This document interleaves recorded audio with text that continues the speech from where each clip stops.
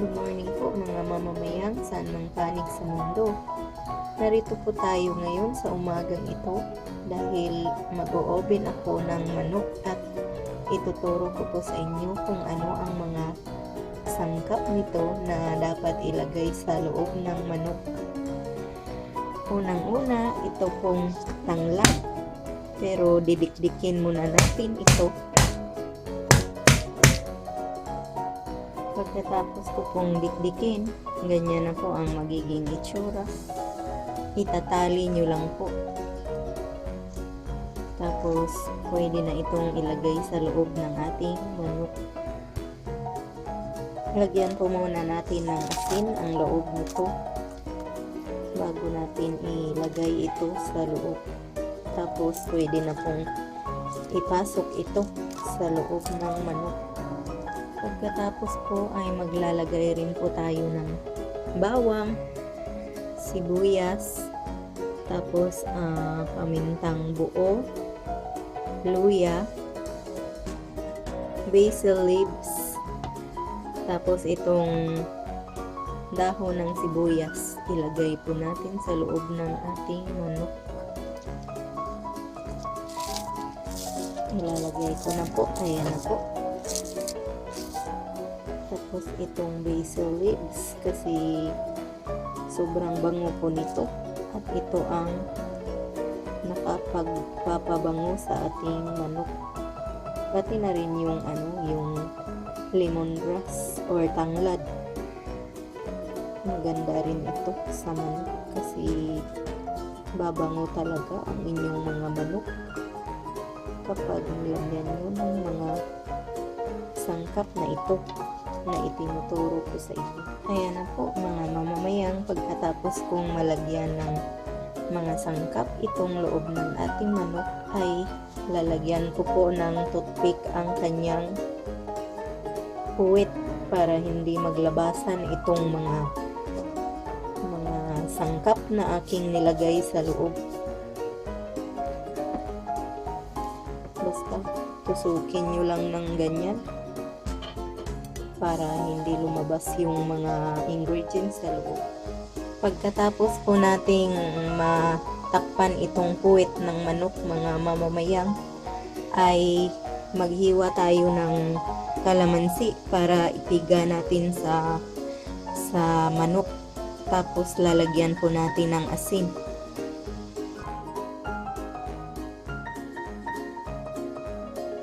Lalagay lang po tayo ng asin sa ating manok.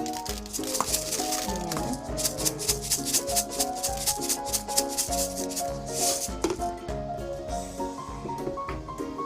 Ipapahid lang natin ito.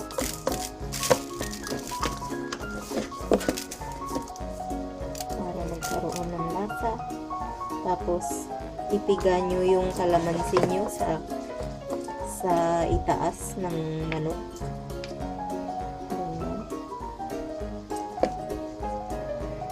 Tapos mga mamamayang, magdikdik po tayo nitong pamintang buo kasi ipahid natin ito sa taas ng manok.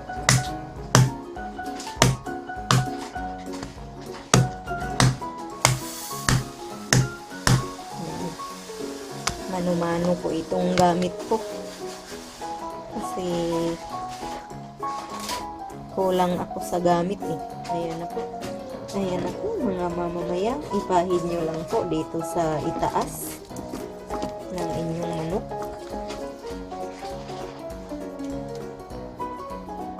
Pagkatapos po mga mamamayang, maglagay kayo ng 2 tablespoon na soy sauce dito sa inyong manok. Tapos ganyanin nyo po. Irarab nyo lang. Mga mamamayang, imamarinade lang po natin ito ng 3 oras. Pagkatapos po ay pwede na nating ilagay sa ating oven.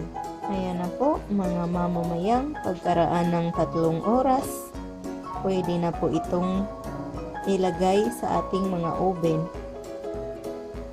I-preheat nyo na ang inyong mga oven, mga 350 po. Tapos Mga 5 minutes lang. Tapos pwede na itong ipasok sa loob.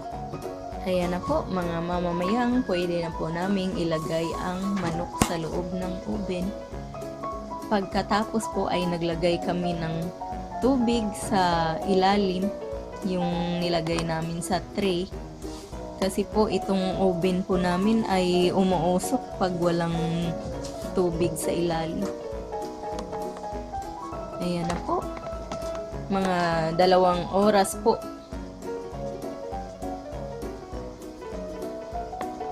Dalawang oras ba? Mga 1 hour and 30 minutes to 2 hours yata ang paghihintay natin ito para maluto. Ayan na po, tatakpan na po na.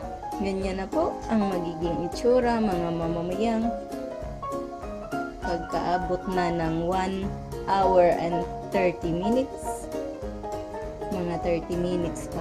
Kasi medyo hilaw pa yung sa ilalim. Ayan na po mga mamamayang, luto na ang ating inoven na manok or lechong manok.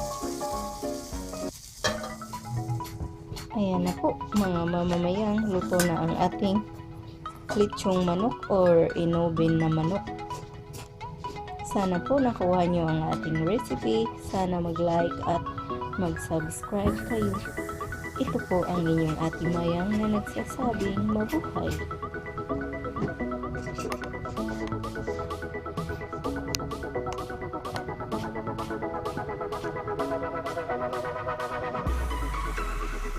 Ganyan na po ang magiging itsura ng ating lechong manok or inoven na manok mga mamamayang.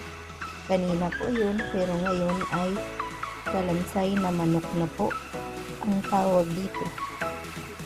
Tingnan nyo, yung tanglad na lang ang naiwan at saka yung mga ingredients natin na nilagay sa loob kanina. Salamat po sa panonood. Bye-bye!